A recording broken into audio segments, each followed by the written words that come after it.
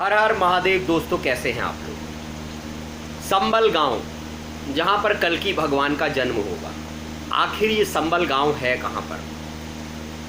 दोस्तों, हमारे धर्म शास्त्रों में लिखा है कि कल्कि अवतार भारत के एक छोटे से गांव में जन्म लेंगे और उस गांव का नाम संबल होगा।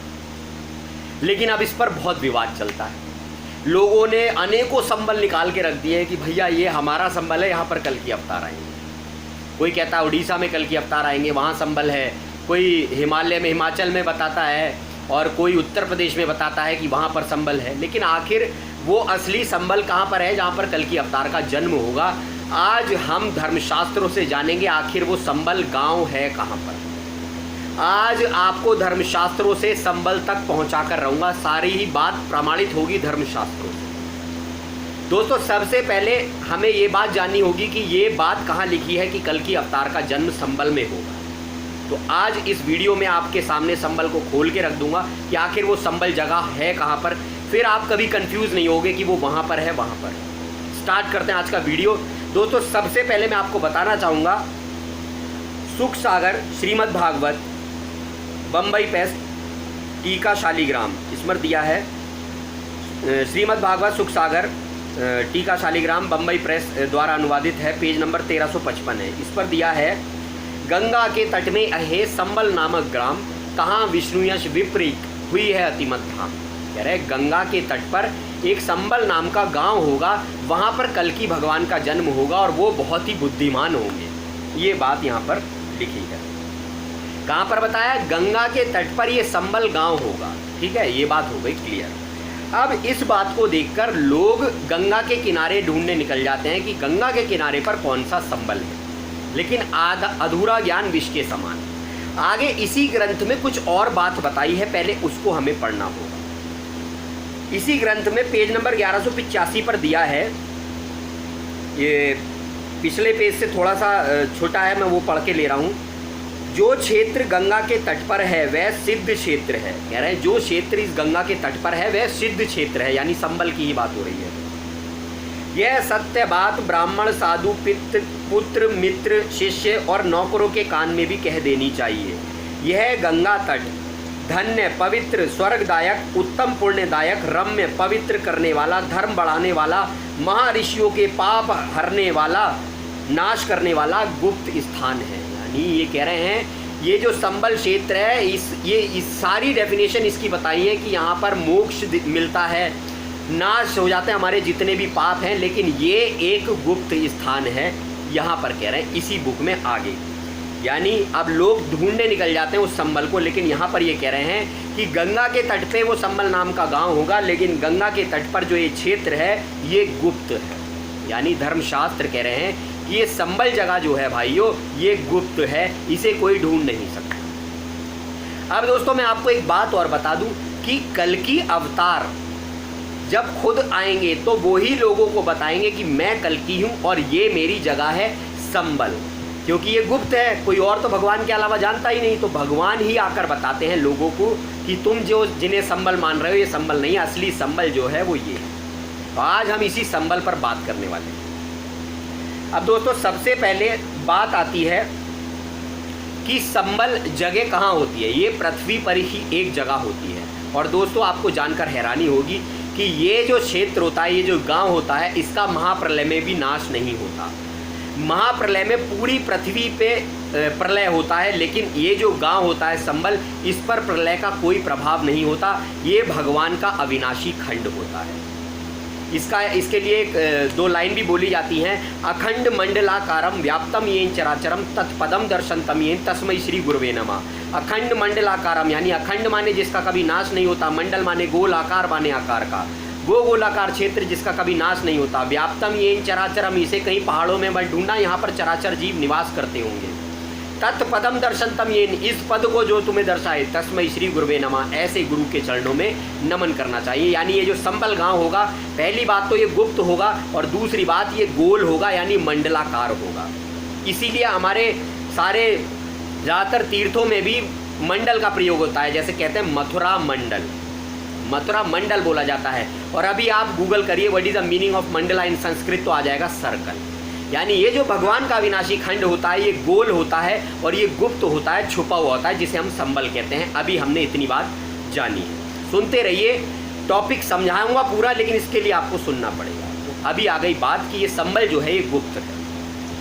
अब दोस्तों मैं आपको एक बात बताने जा रहा हूँ, इसको लॉजिकली सोच कर देखना। दोस्तों जब कल्कि अवतार आने हैं तो वो संबल में ही क्यों आ रहे हैं? वो मथुरा में क्यों नहीं आ रहे? वो भी तो पावन स्थल है। द्वारिका में क्यों नहीं आ रहे? वो भी तो पावन स्थल है। हरिद्वार में क्यों नहीं आ रहे? वो भी तो पावन स्थल है। केदारनाथ में क्यों नहीं आ रहे? वो भी तो पावन स्थल है। बद्रीनाथ में क्यों नहीं आ रहे? वो भी तो पावन स्थल है। ये संबल पे ही क्यों आ रहे हैं? और ये संबल जो है ये गुप्त है, ऐसा वो क्यों कर रहे हैं? इसको हमें जानना होगा दोस्तों। इसके लिए हमें सबसे पहले एक चीज़ जाननी होगी कि जो पिंड में है वही ब्रह्मांड में है, जो हमारे शरीर में है वही ब्रह्मांड में है। दोस्तों कल्कि अवतार के लॉजिक के अनुसार भगवान ने ये 3.5 करोड़ तीर्थ जितने भी धरती पर बनाए हैं ये नकल हैं, असली नहीं। भगवान ने 3.5 करोड़ तीर्थ जितने भी बनाए हैं ये नकल हैं, ये असली नहीं है। असली जो क्षेत्र होता है वो भगवान का अविनाशी खंड होता है, जिसका महाप्रलय में भी नाश नहीं होता। और ये सारी जगह 3.5 करोड़ तीर्थ ये एक ही जगह के नाम होते हैं। जैसे परमात्मा एक, उसके नाम अनेक, ऐसे ही भगवान का तीर्थ एक, इसके नाम अनेक। यही मथुरा है, यही काशी है, यही वृंदावन है, यही अयोध्या है, यही संबल है। इसे ही अनेक नामों से पुकारा जाता है और ये भगवान का गुप्त स्थान होता है। भगवान इसको गुप्त इसलिए करते हैं क्योंकि कलयुग में लोग पाखंडी और पापाचारी होते हैं। अगर भगवान अपने अविनाशी खंड को प्रकट कर देते तो लोग वहाँ पाप कर देते जाकर और उसका महत्व नष्ट कर देते।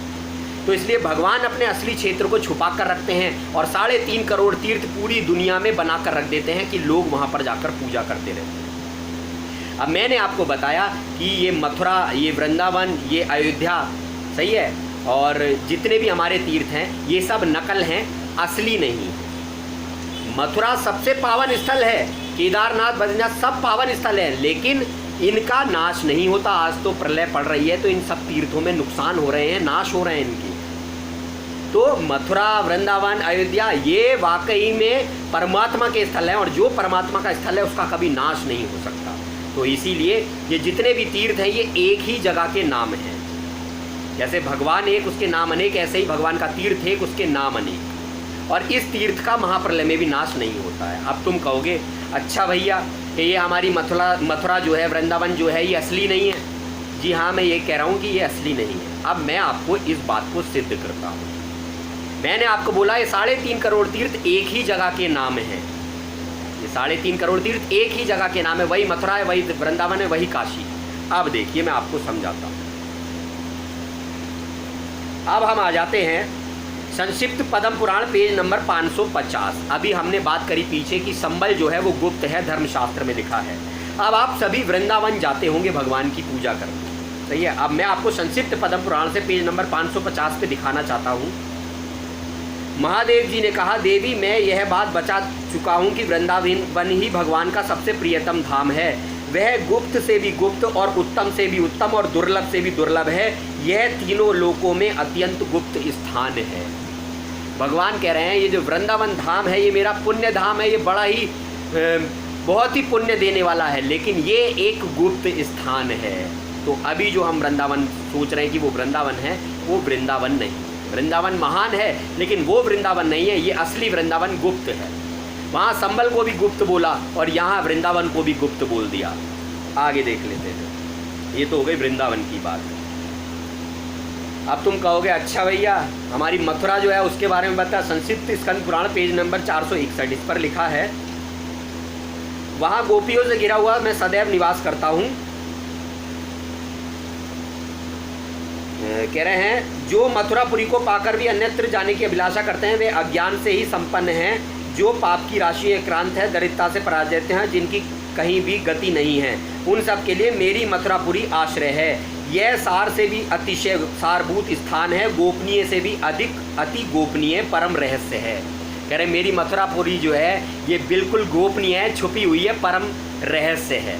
यानी ये भी एक गुप्त स्थान है। वहाँ संबल को भी गुप्त स्थान बोला, मथुरा को भी बोल दिया, वृंदावन को भी बोल दिया। ठीक है, अब आगे देख लेते हैं। अब आप कहोगे अच्छा ऐसा कहाँ लिखा मथुरापुरी? पूरा पेज पढ़ोगे आपको समझ में आ जाएगा। नहीं आ रहा तो ये चीज़ पढ़ लीजिए आप। ये दिया है मथुरा मंडल प्रगट नाही, पेज नंबर आपकी स्क्रीन पर आ जाएगा। मथुरा मंडल प्रगट नाही, प्रगट है सो मथुरा नाही, मथुरा मंडल यही कहावे, दिव्य दृष्टि बिन दृष्टि ना आवे। कह रहे मथुरा मंडल प्रगट नहीं है और जो प्रगट है वो मथुरा नहीं है। मथुरा मंडल इसी संबल को कहते हैं, लेकिन दिव्य दृष्टि के बिना कोई इसे नहीं देख सकता। सही है, साफ कह रहे हैं मथुरा मंडल प्रगट नहीं है और जो प्रगट है वो मथुरा नहीं है। ये मैं नहीं कह रहा हूँ भाई से, देखो हमारे धर्मशास्त्र कह रहे हैं। ठीक है, ये तो हो गई ये बात। मैंने आपको बता दिया वृंदावन गुप्त है, मथुरा गुप्त है। सही है, अब और देख लेते हैं। अब अयोध्या पे इतना विवाद चला और वहाँ पर ये घोषित कर दिया कि अब अयोध्या है।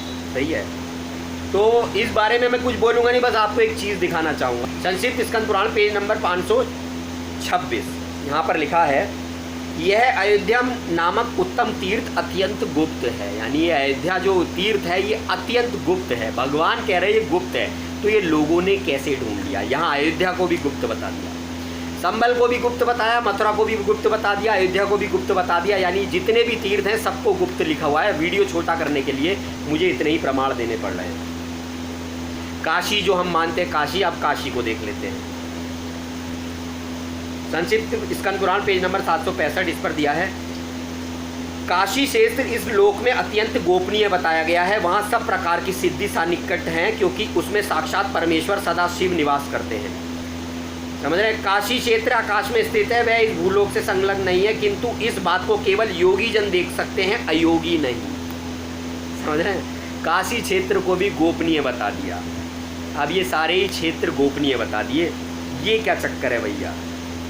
अब मैं आपको बताता हूँ। ये है संक्षिप्त स्कंद पुराण पेज नंबर 1216, इस पर दिया है,